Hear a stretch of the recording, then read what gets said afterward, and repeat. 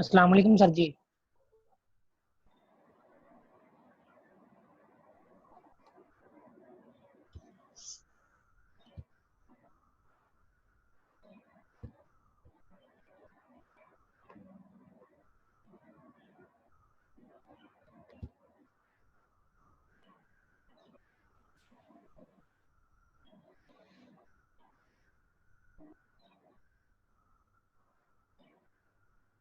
बेटा last time हम पढ़ रहे थे आर्टिकल 41 और रूल हमने पढ़ लिए थे 12।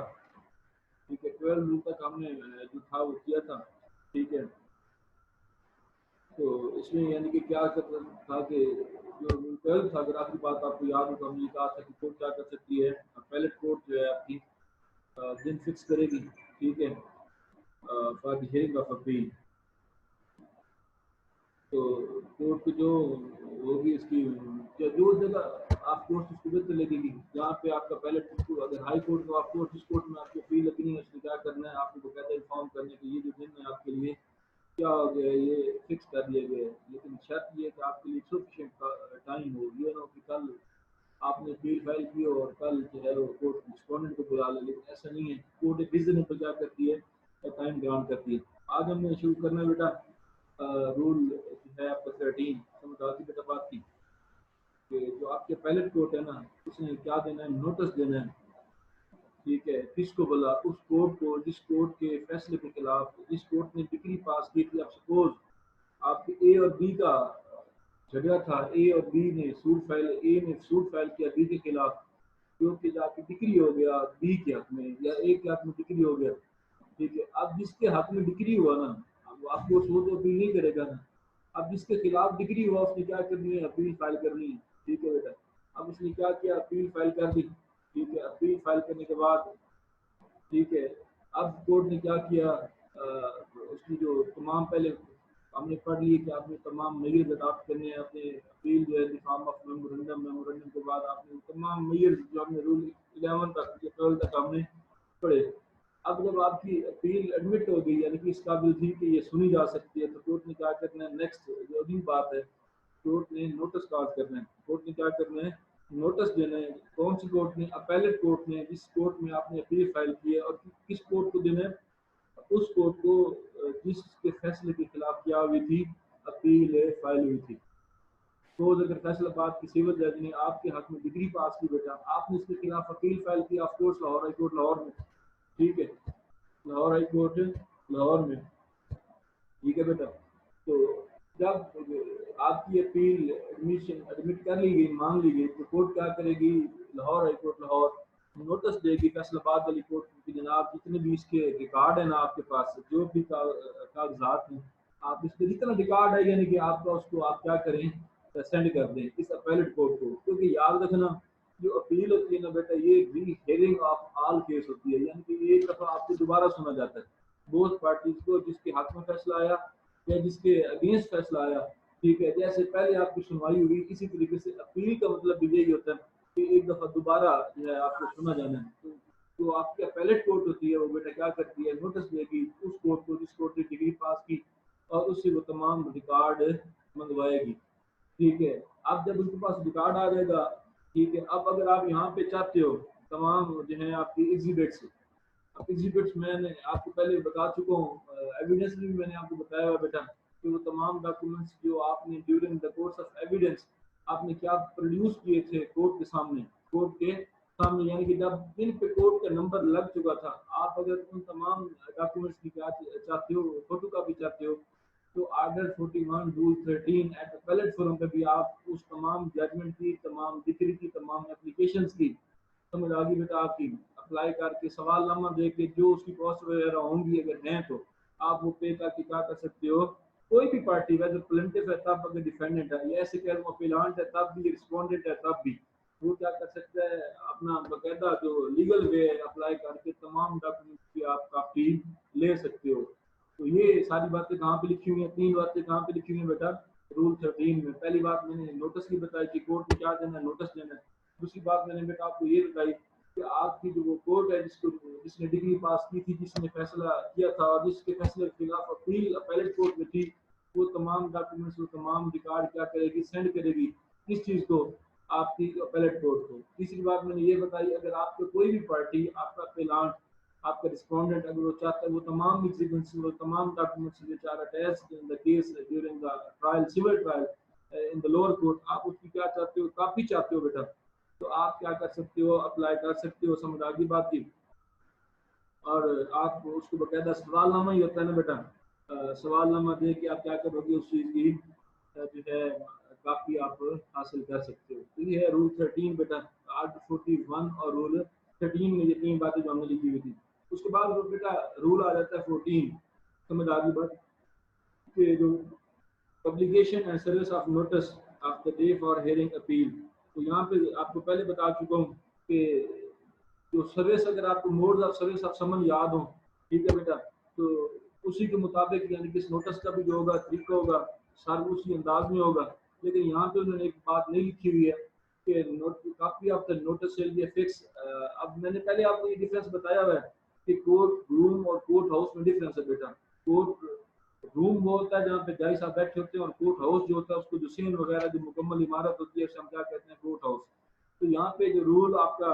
14 है ना बेटा, उसमें पहली बात ये लिखी है कि जब आपका ये नोटिस दिन फिक्स हो जाएगा, नोटिस सर्व करेगा, तो उस नोटिस को इशू करने के बाद उसको सर्व करने के तरीके यही हैं। पहली बात, नई बात उसने लिखी है कि उसकी जो नोटिस की कापी होगी ना, shall be fix by the appellate court in the court house, यानी कि जो कोर्ट की किसी भी जो है वो जगह पे उसकी उसकी जो कापी होगी वो क्या होगी, फिक्स की जाएगी।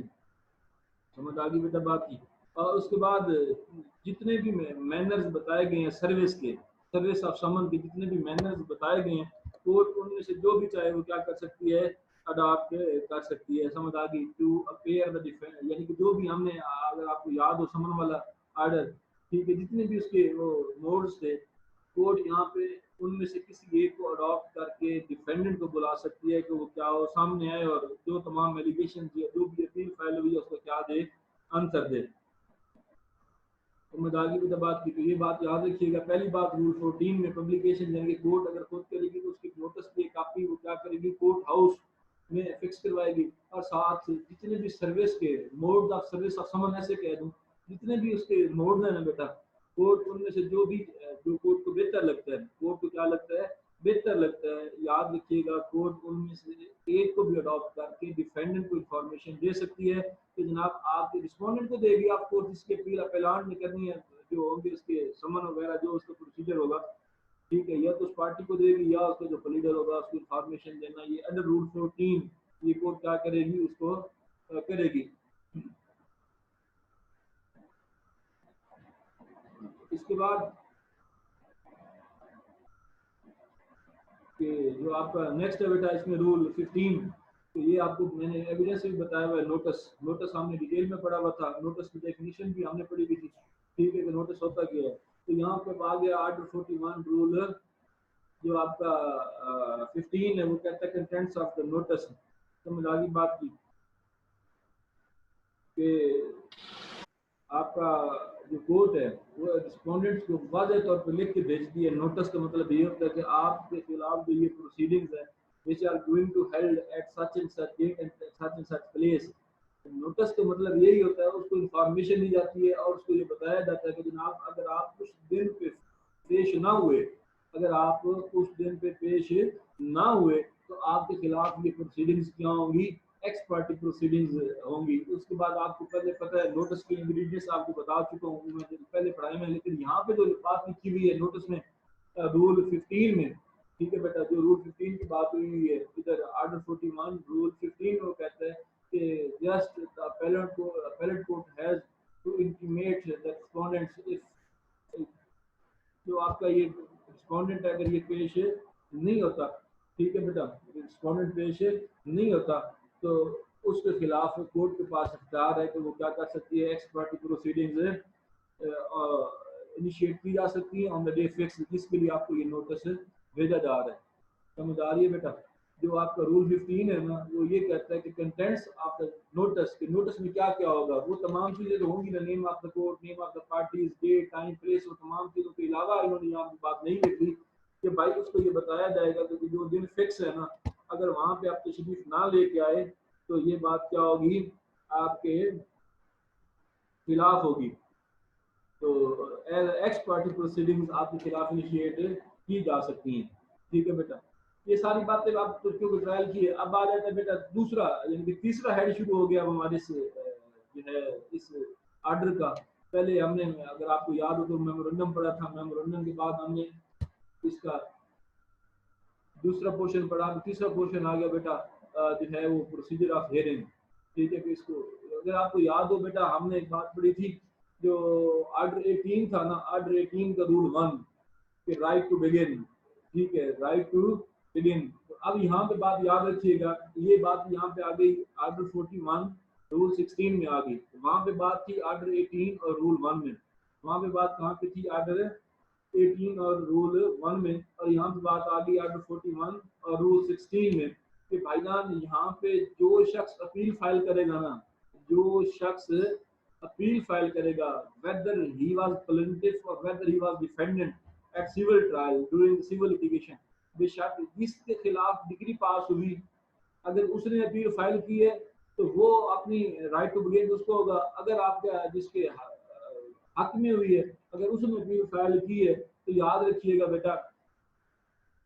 तो जिसने अपील फाइल करनी है ना, मैं ऐसे कह दूं, अगर वो लोअर कोर्ट में डिफेंडेंट था तब भी वो करेगा, अगर वो प्लेंटिफ है तो तब भी कर सकता है। इसमें ये बार नहीं है। अपील का प्लान यहाँ पे जो बात वाज़ेह तौर पे बता दूं आपको, जिसने अपील की है ना, फाइल की है, समझ आ गई बेटा बात की। तो जो आपका अपेलांट होगा, वो जो सबसे पहले वो क्या करेगा, अपने वर्जन को सपोर्ट करेगा। समझ आ गई बात की। और अपने उसने जो भी दिन उसको फिक्स कर दिया गया होगा, जो भी बात उसे पूछी गई होगी, बकायदा अपिलांट जिसने अपील फाइल की होगी उसने ही जाके क्या करना है, अपना जो है वो केस स्टार्ट करना है। ठीक है,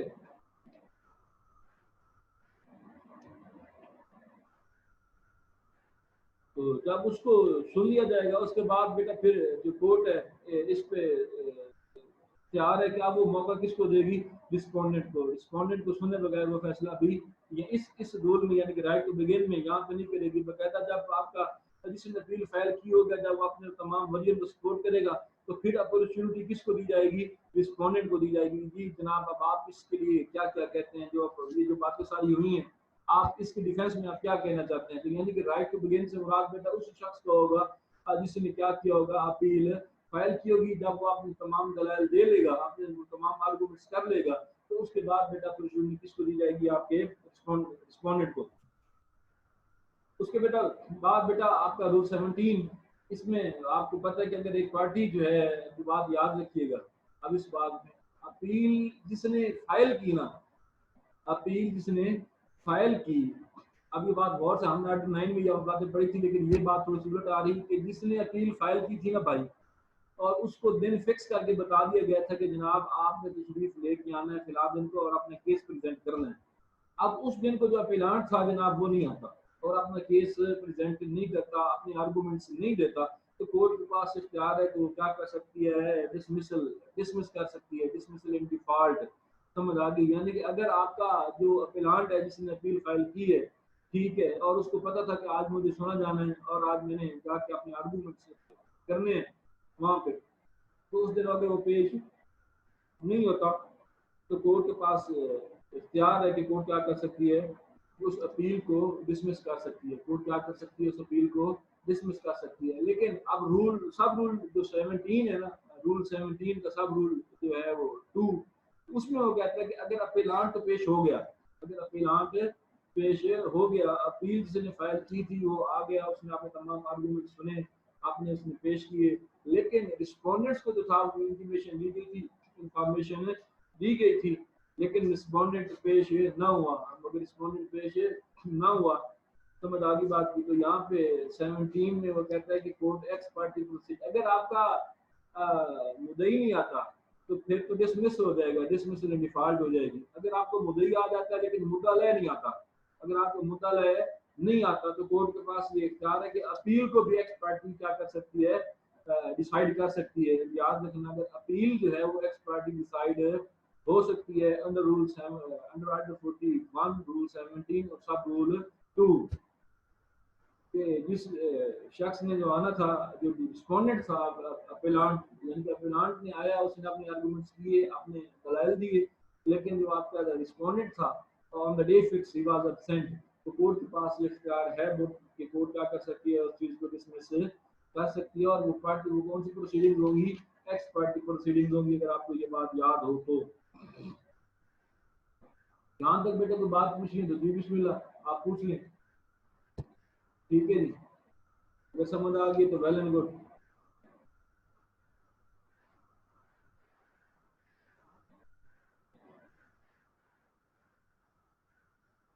अच्छा, अब नेक्स्ट बेटा ये बात थी कि नोटिस सर्व करना था, वो किसकी जिम्मेदारी थी, एप्लांट की, ठीक है। नोटिस उसके जो कॉस्ट वगैरह थे, ऑफ कोर्स आपको पता तलबाना वगैरह जो आप बेहतर जानते हो, ठीक है, ये हमने पढ़ा था, अगर आपको याद हो तो ये कोर्ट फी आर्टिकल 9 में हमने ये पढ़ा था कि अगर इन बातों पे आपका केस क्या हो सकता है, डिसाइड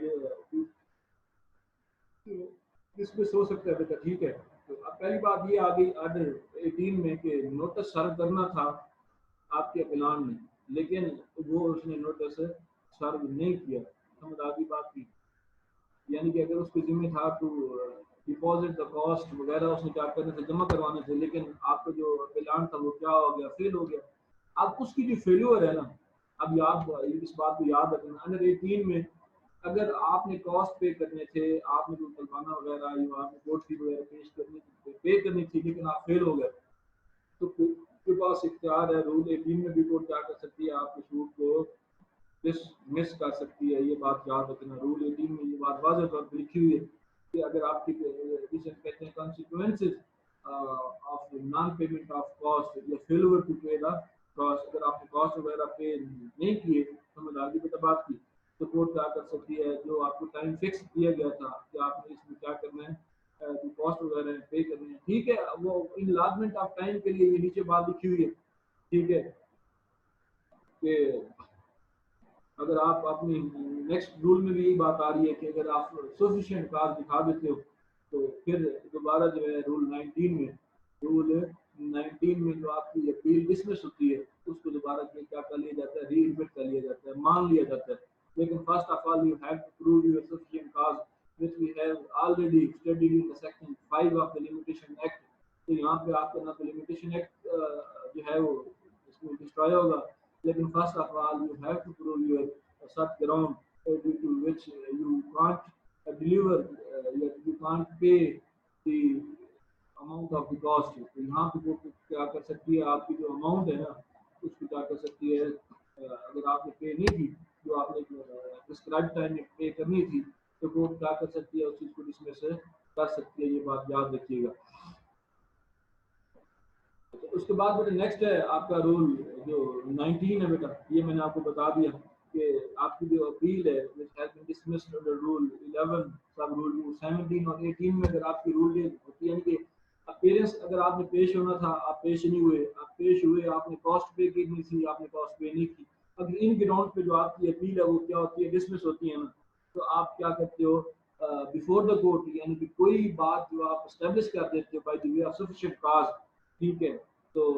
कोर्ट क्या करेगी, आपकी अपील को दोबारा मान लेगी उसी नंबर पे जिस पे आपने, यानी कि जो नंबर आपको लगा था उसको दोबारा सुनवाई के लिए अगर आप अपना कोर्ट को मुतमईन कर लेते हो, कोर्ट को सेटिस्फाई कर लेते हो, तो यहाँ पे जो आपका वो टाइम था वो डिडक्ट नहीं होगा। सेक्शन जो 5 है लिमिटेशन एक्ट का वो क्या होगा, एप्लीकेबल होगा, लेकिन शर्त ये है आपने कोर्ट को क्या करना है, मुतमईन करना है, आपने अपने ऐसे आर्गूमेंट्स देने हैं कि जो कोर्ट को आपने ये वाज़ेह तौर पर बता देना कि ये इस वजह से मैं जो था, जो आपको सफिशिएंट काज की हमने ग्राउंड में आपको पढ़ाए हुए बेटा, वो आपने स्टैब्लिश करके सेक्शन 5 वाली बातें यहाँ पे आपने क्या करनी है, स्टैब्लिश करके उसके बाद आपको क्या दिया जाएगा, रिलीफ दिया जाएगा कि कोर्ट क्या कर सकती है, आपका टाइम एक्सटेंड कर सकती है और अपील को दोबारा सुन सकती है, जो कि आपकी अपील से आपका रूल 18 रूल 11 या रूल 19 में डिसमिस हुई थी ना, या रूल 17 में डिसमिस हुई थी, वो दोबारा क्या हो सकती है, सुनी जा सकती है, और आपने एप्लीकेशन उसी अपीलेट कोर्ट में देनी है जिस कोर्ट में आपकी अपील पेंडिंग थी, जिस में आपकी अपील